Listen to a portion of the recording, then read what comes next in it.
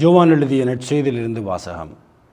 அக்காலத்தில் இயேசு நிக்கோதேமுவிடம் கூறியது, தம் ஒரே மகன் மீது நம்பிக்கை கொள்ளும் எவரும் அழியாமல் நிலை வாழ்வு பெறும் பொருட்டு அந்த மகனே அழிக்கும் அளவுக்கு கடவுள் உலகின் மேல் அன்பு கூர்ந்தார். உலகிற்கு தண்டனை தீர்ப்பளிக்க அல்ல, தம் அன்மகள் வழியாக அதை மீட்கவே கடவுள் அவரை உலகிற்கு அனுப்பினார். அவர் மீது நம்பிக்கை கொள்வோர் தண்டனைக்கு தீர்ப்புக்கு ஆளாவதில்லை, ஆனால் நம்பிக்கை கொள்ளாதோர் ஏற்கனவே தீர்ப்பு பெற்றுவிட்டனர். ஏனெனில் அவர்கள் கடவுளின் ஒரே மகனிடம் நம்பிக்கை கொள்ளவில்லை. இது கிறிஸ்து வழங்கும் நற்செய்தி. கிறிஸ்துவே உமக்கு புகழ். திருத்துவம் என்பது நம்பப்பட வேண்டிய ஒரு மறைபொருள் மாத்திரமல்ல, அது வாழப்பட வேண்டிய ஒரு மறைபொருளாகும். ஆண்டவன் இயேசுவில் அன்பார்ந்தவர்களே, இன்று நாங்கள் திருச்சபையிலே ஒரு மிக பெரும் பெருவிழாவை கொண்டாடுகிறோம். இதுதான் திருச்சபையினுடைய அடி அத்திவாரமாக இருக்கிறது, அடி அத்திவார நம்பிக்கையாக இருக்கிறது. அதாவது மூவொரு கடவுளின் பெருவிழா. மூவொரு கடவுளுக்கு இன்று நாங்கள் பெருவிழா எடுக்கிறோம்.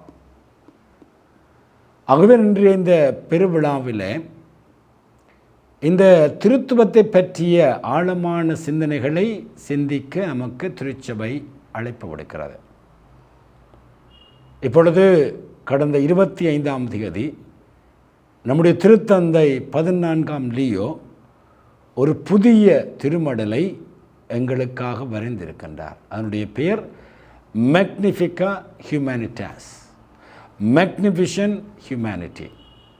உயர்ந்த மனுக்குலம், மாண்பு கொண்ட மனுக்குலம், மாட்சிமை கொண்ட ஒரு மனுக்குலம் என்கின்ற தலைப்பிலே ஒரு திருமடலை வரைந்திருக்கிறார். கடந்த ஞாயிறு மறையுரையிலும் அதை நான் குறிப்பிட்டிருந்தேன்.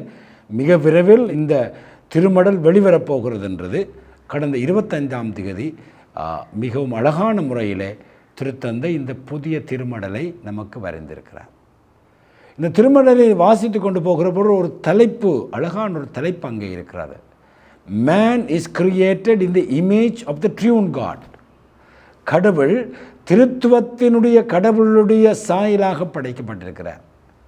உலகாலம் நாங்கள் படித்தது, அதிகமாக பேசுவது, கடவுள் மனிதனை தன்னுடைய சாயலாகவும் பாவனையாகவும் படைக்கப்பட்டார். நாங்கள் கடவுளுடைய சாயலாக படையவும் பாவனையாகவும் படைக்கப்பட்டிருக்கிறோம் என்று நாங்கள் படித்திருக்கிறோம். ஆனால் திருத்தந்தை 14ஆம் லியோ அவர்கள் ஒரு தலைப்பை கொடுத்திருக்கிறார். மனிதன் திருத்துவ கடவுளின் சாயலாக படைக்கப்பட்டிருக்கிறார். ஆகவே இன்று திருத்துவ விழாவில் அதை ஆழமாக நாங்கள் சிந்தித்து பார்க்க வேண்டும். அதாவது கடவுள் மனிதனை படைக்கிற பொழுது திருத்துவ சாயலாக படைக்கப்பட்டிருக்கிறார் என்று சொல்லுகிற பொழுது அதனுடைய அர்த்தம் என்னவென்றால், திருத்துவத்துக்குள்ளே இருக்கிற ஒரு அன்பு. திருத்துவம் என்பது தன்னை தற்கொடையாக கொடுக்கிற அன்பு. தந்தை மகன் தூய் ஆவிக்குள்ளே ஒரு அன்புறவு இருக்கிறது. அந்த அன்புறவுக்குள்ளே ஒருவர் தன்னை கொடுக்கின்ற அன்புறவாக இருக்கிறது. ஆகவே மனிதர்களும் இந்த அன்பிலே வாழ வேண்டும். ஆகவே தான் இன்றைக்கு நாங்கள் அந்த திருத்துவத்தினுடைய அந்த தன்மையை நாங்கள் ஒரு தீர்க்கப்பட வேண்டிய ஒரு மறைபொருளாக அல்ல, நம்பப்பட வேண்டிய ஒரு மறைபொருளாக மாத்திரமல்ல, இன்று நாங்கள் அதை வாழப்பட வேண்டிய ஒரு மறைபொருளாக சிந்திக்க வேண்டும். ஒரு முறை ஒரு சிறுமி தன்னுடைய தாயிடம் கேட்கின்றால், அம்மா கடவுள் எப்படி இருப்பார்? எல்லா சின்ன பிள்ளைகளுக்கும் ஒரு ஆசை, கடவுள் எப்படி இருப்பார்? அப்பொழுது அந்த தாய் உடனடியாக பதில் சொல்லவில்லை. அந்த இரவு குடும்பம் ஒன்றாக சபித்தது. மேலே முடிந்து சோர்வுடன் வந்த தந்தை குழந்தையோடு அன்பாக பேசினார். தாய் அமைதியாக அனைவருக்கும் உணவு பரிமாறினார். அந்த உணவு முடித்த பிற்பாடு அவர்கள் ஒவ்வொரு அமைதியாக ஒருவரோடு பேசினார்கள், சிரித்தார்கள், சபித்தார்கள். அப்போ இந்த இரவு நேரம் முழுவதுமே அன்பின் அலைகள் அந்த குடும்பத்துக்குள்ளே இருந்தது. இந்த பிள்ளைக்கு ஒரு சந்தோஷம். தாயினுடைய அன்பு, தந்தையினுடைய அன்பு, சகோதரனுடைய அன்பு, ஒன்றாக பேசுகிறார்கள், ஒன்றாக சிரிக்கிறார்கள், நேரம் செலவழிக்கிறார்கள். இவ்வாறு ஒரு அன்பு மயமான ஒரு சூழலை அந்த பிள்ளை அனுபவித்த பொழுது அந்த பிள்ளை மெதுவாக தாயிடம் சொல்லுகிறது, அம்மா, இப்பொழுது எனக்கு தெரியும் கடவுள் என்றால் யார் என்று. அன்பு இருக்கும் இடத்தில் கடவுள் இருக்கின்றார் என்று அந்த பிள்ளை உணர்ந்தது. ஆகவே பாந்தவர்களே, இன்றைக்கு நாங்கள் இந்த திருத்துவ ஞாயிற்றுக்கிழமையினுடைய மைய செய்தியாக நாங்கள் என்ன சிந்திக்கிறோம் என்றால், இந்த திருத்துவம் வாழப்பட வேண்டியது ஒன்றாக இருக்கிறது. மனிதனுடைய வாழ்வை நாங்கள் சிந்தித்து பார்க்கிற பொழுது அவன் செல்வம், கல்வி, அதிகாரம் எல்லாவற்றையும் தேடி ஓடிக்கொண்டே இருக்கிறான். இன்றைக்கு இந்த செயற்கை நுண்ணறிவு காலத்திலே மனிதன் எவ்வளவோத்தை சேர்க்க முடியுமோ, எவ்வளவு நன்றாக வர முடியுமோ அதை அவன் தேடிக்கொண்டு போகிற பொழுது இந்த நவீன யுகம் எதை மனிதனுக்கு கொடுக்கிறார்? தனிமை. பலர் சொல்லுகிறார்கள் இன்றைக்கு தனிமை. ஏன்னு சொன்னால் இந்த திருத்துவ அன்பிலே வாழப்பட வேண்டிய சமூகம் இந்த சுயநலத்துக்குள்ளே போகிற பொழுது அங்கே தனிமை ஏற்படுத்தப்படுகிறது. ஆகவே தான் அன்பார்ந்தவர்களே, நாங்கள் திருத்துவத்தினுடைய சாயல் படைக்கப்பட்டவர்கள் என்றால் எங்களுடைய வாழ்வு அன்பிலே கட்டப்பட வேண்டும். இன்றைக்கு நீங்கள் முதல் வாசகத்தை எடுத்து பார்த்தீர்கள் என்றால், சீனாய் மலையில் ஆண்டவர் மோசேக்கு தம்மை வெளிப்படுத்துகிறார். எப்படி வெளிப்படுத்துகிறார்? ஒரு அதிகாரம் கொண்ட கடவுளாக அல்ல, அடக்கி ஆளுகின்ற ஒரு கடவுளாக அல்ல, இந்த வாழ்வை தன்னுடைய பிள்ளைகளுக்கு கொடுக்கின்ற ஒரு கடவுளாகத்தான் அவர் வெளிப்படுத்துகிறார். கடவுள் எப்படி வெளிப்படுத்தினார்? இரக்கமும் பரிவும் உள்ள இறைவன், சினம் கொள்ள தயங்குகின்ற இறைவன், பேரன்பு மிக்க இறைவன், நம்பிக்கைக்குரிய இறைவன். ஆகவே இங்கே கடவுள் முதலில் தன்னை அதிகாரமாக அல்ல, இரக்கமாக வெளிப்படுத்துகிறார். திருத்துவ கடவுளின் முகம் என்றால் என்ன? What is the face of the true God? அதை நாங்கள் பார்க்கிற பொழுது அவருடைய திருத்துவத்தினுடைய கடவுளுடைய முகமே இரக்கம், பரிவு, பொறுமை, பேரன்பு. ஆகவே தான் மோசே உடனே தாழ்ந்து வணங்கி, நீர் எங்களோடு வாரும், எங்கள் பாவத்தை மன்னித்து எங்களை உரிமையாக சொத்தாக்கி கொள்ளும்.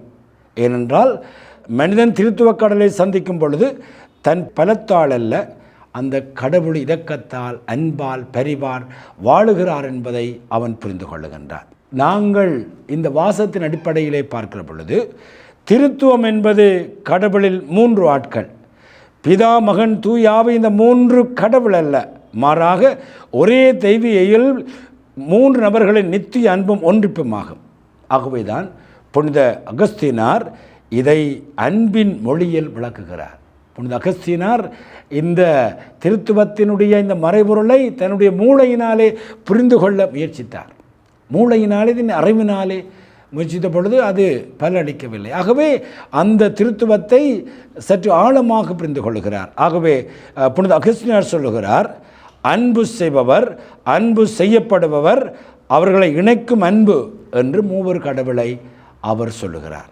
அதாவது அன்பு செய்கின்ற இறைவன், அன்பு செய்யப்படுகின்ற இறைவன், அன்பாக இருக்கிற இறைவன். இந்த அன்பை இணைக்கிறது, தந்தையையும் மகனையும் இணைக்கிற அன்பு, இதுதான் திருத்துவம் என்று சொல்லுகிறார். இதன் மூலம் நாங்கள் உணர்ந்து கொள்வது என்னவென்றால், கடவுள் அன்பு செய்கிறார் மட்டுமல்ல, கடவுளே அன்பாக இருக்கிறார். இதுதான் இந்த திருத்துவத்தினுடைய மறைபொருளாக இருக்கிறது. அதுதான் இன்றைய 2வது வாசகத்திலே புனித பவுல் அழகாக சொல்லுகிறார், மகிழ்ச்சியாக இருங்கள், உங்கள் நடத்தையை சீர்படுத்திக் கொள்ளுங்கள், மன ஒற்றுமை கொண்டிருங்கள், அமைதியுடன் வாழுங்கள். பிறகு அவர் திருத்துவ வாழ்வை வழங்குகிறார். அதாவது ஆண்டவராகிய இயேசு கிறிஸ்துவின் அருளும் கடவுளின் அன்பும் தூய ஆவியின் நட்புறவும் உங்கள் அனைவரோடும் இருப்பதாக. அன்பானவர்களே, இந்த வார்த்தைகளை நாங்கள் அடிக்கடி கேட்டிருக்கிறோம். எங்களுடைய வாழ்வு தொடங்குவது திருத்துவத்தில். காலையில் எழுந்ததும் அந்த சிலுவை அடையாளம் போடுகிற பொழுது திருத்துவம், மாலையிலே படுக்கப் போகிற பொழுது மீண்டும் திருத்துவம். ஒவ்வொரு திருப்பலியிலும் எங்களை எவ்வாறு குரு ஆசீர்வதிக்கிறார் என்றால், ஒரு ஆசிரியர் தருகிறார் என்றால், ஆண்டவர் இயேசு கிறிஸ்துவின் அருளும் கடவுளின் அன்பும் தூய ஆவியின் நட்புறவும் உங்கள் அனைவரோடும் இருப்பதாக. அன்பானவர்களே, எவ்வளவு அழகான ஒரு சபம்! கடவுளுடைய அன்பு, அவருடைய அருள், அவருடைய நட்புறவு எங்களோடு இருப்பதாக. ஆகவே அன்பார்ந்தவர்களே, இந்த ஆசிரியரை நாங்கள் பார்க்கிற பொழுது இங்கே அருள் இருக்கிறது, அன்பு இருக்கிறது, நட்புறவு இருக்கிறது. இந்த செபத்தில் இந்த 3ம் இருக்கிறது. கடவுள் திருத்துவமாக இருந்து கொண்டு எங்களுக்கு ஒவ்வொரு நாளும் அருளை தந்து கொண்டிருக்கிறார், தன்னுடைய அன்பை தந்து கொண்டிருக்கிறார், தன்னுடைய நட்புறவை தந்து கொண்டிருக்கிறார். ஆகவேதான் இந்த நாளிலே அருள், அன்பு, நட்புறவை இந்த திருத்துவம் நமக்கு தந்து கொண்டிருக்கிறது. இந்த திருச்சபையில் இருந்த மிக பெரும் இறையியலாகிய கார்ல் ரானர் இவ்வாறு கூறுகிறார்: வரலாற்றில் நமக்கு வெளிப்படும் கடவுளே நித்தியத்தில் இருக்கும் கடவுள் என்று சொல்கிறார். நான் குறும்படத்தில் இருக்கிற பொழுது இந்த திருத்துவத்தை பற்றி படிக்கிற பொழுது நாங்கள் ரெண்டு விதமான ஒரு வெளிப்பாட்டை பார்க்கிறோம். இமினன்ட் ட்ரினிட்டி, எக்கனாமிக் ட்ரினிட்டி எங்களுக்கு படிப்பித்தார்கள். அது அப்பொழுது பெருசாக எங்களுக்கு விளங்கவில்லை. இப்பொழுது வாழ்க்கை அனுபவத்துக்குள்ளே போகிற பொழுது அது சற்று ஆழமாக விளங்குகிறது. அதாவது கார்ல் ரானர் சொல்லுகிறார் என்ன பண்ணின்னு சொன்னால், economic Trinity is the immanent Trinity. அதாவது வரலாற்றில் நமக்கு வெளிப்படுத்தப்பட்ட கடவுள் தான் எக்கனாமிக் ட்ரினிட்டி. நித்தியத்துக்கும் இருக்கிற கடவுள் தான் இமினன்ட் ட்ரினிட்டி. நித்தியத்திலே கடவுள் எப்படி இருக்கிறாருன்னு எங்களுக்கு தெரியாது. ஆனால் வரலாற்றிலே இந்த கடவுள் எங்களுக்கு வெளிப்படுத்தி இருக்கிறார். தந்தையாக முதல் வாசகத்திலே வருகின்றார். அங்கு இரண்டாம் வாசகத்திலே அங்கு அழகான ஒரு ஆவியினாலே வருகிறார். மூன்றாவது வாசகத்திலே இயேசு கிறிஸ்துவாக வருகிறார். இந்த மூன்றையும் நாங்கள் நினைத்து பார்க்கிற பொழுது சரித்திரத்திலே இந்த மூன்று பேரும் எங்கள் வரலாற்றிலே அவர்கள் செயற்பட்டிருக்கிறார்கள். அந்த வரலாற்றிலே செயற்பட்டிருக்கிற செயற்பாடுகளை பார்க்கிற பொழுது கடவுள் யார், தன்மையில் எப்படி இருக்கிறார், தன்னுடைய நித்தியத்தில் எப்படி இருக்கிறார்னு கண்டுபிடிக்கிறோம். அப்படி பார்க்கிற பொழுது வரலாற்றிலே வந்த இந்த மூவர் கடவுளும் அன்பை நமக்கு வெளிப்படுத்தி இருக்கிறார்கள். ஆகவே கார்ல் ரானரும் சொல்லுகிறார், கடவுள் நித்தியத்திலே அன்பாக இருக்கிறார்னு சொல்கிறார். குறிப்பாக நித்தியத்தில் இருக்கும் கடவுள் சிலுவையிலே அன்பை காட்டிய நிகழ்ச்சி ஒன்று மட்டுமல்ல, கடவுளின் உள்ளார்ந்த இதயத்தின் வெளிப்பாடு என்று சொல்லுகிறார். அப்போ இந்த வாழ்க்கையிலே நாங்கள் இந்த கடவுளை வேதாகமத்திலே 3 ஆட்களாக சந்திக்கின்ற அந்த வரலாற்று கடவுள்தான் நித்தியத்துக்கும் இருக்கிற கடவுள் என்பதை எங்களுக்கு தெளிவாக விளங்கப்படுத்துகிறார். இந்த வரலாற்றிலே கடவுள் எங்களை வெளிப்படுத்தவில்லை என்றால் நித்தியத்துக்கும் இருக்கின்ற அந்த மறைபொருளை எங்களால் புரிந்து கொள்ள முடியவில்லை.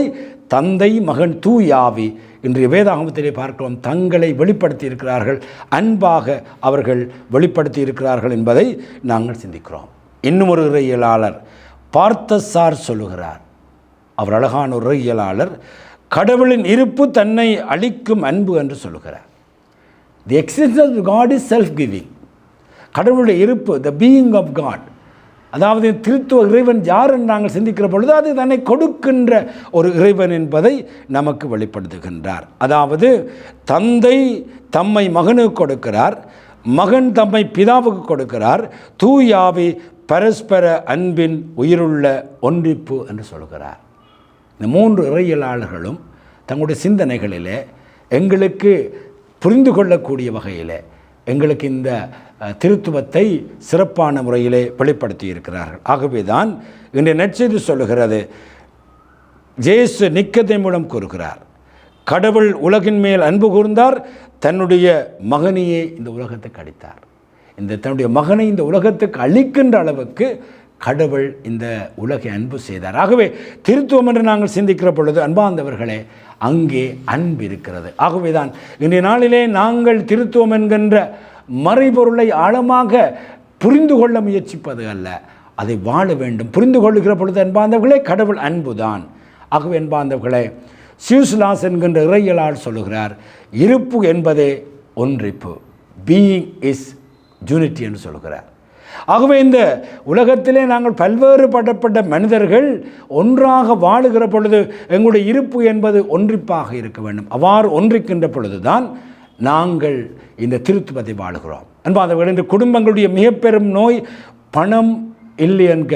அது மாத்திரமில்லை, இன்றைக்கு நேரம் இல்லை, உரையாடல் இல்லை, கேட்க தெரியாமல், மன்னிக்க தெரியாமல் ஒரே வீட்டிலே வாழுகிறோம், ஆனால் ஒருவரை ஒருவர் உண்மையாக சந்திப்பதில்லை. ஒரே மேசையில் அமர்கிறோம், ஆனால் ஒருவர் கைபேசியில் மூழ்கிறோம். குடும்பங்கள் அன்பின்மையினால் அல்ல,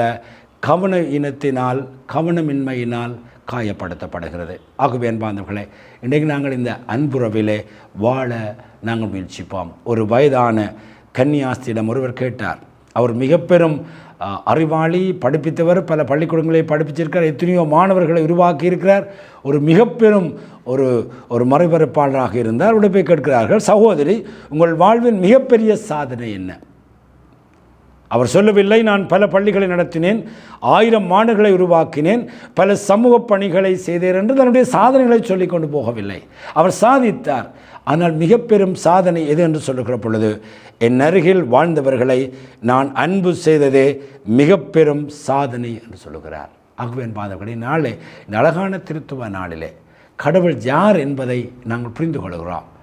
அது ஒரு மறைபொருள் மாத்திரமல்ல, எங்களால் புரிந்து கொள்ள முடியும். இந்த திருமடலிலே அவர் சொல்லுகிறார், நாங்கள் கடவுளுடைய திருத்துவத்தினுடைய கடவுளின் சாயலாக படைக்கும். அப்படி என்ன நாங்கள் அன்பு செய்ய படைக்கப்பட்டோம்.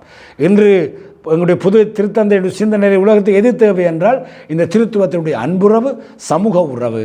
ஆகவே நாங்கள் இந்த அன்புறவை, சமூக உறவை நாங்கள் வளர்த்து சந்தோஷமாக வாழுவோம். மற்றவர்களை சந்தோஷமாக நாங்கள் வாழ வைப்போம். நம் ஆண்டவராகிய இயேசு கிறிஸ்துவின் அருளும் கடவுளின் அன்பும் தூய ஆவியின் நட்புறவும் இந்த அழகான புனித நாளில் இந்த மறையுரையை கேட்கின்ற ஒவ்வொருவருக்கும் கிடைக்க வேண்டும் என்று மன்றாடுகின்றேன். ஆமேன்.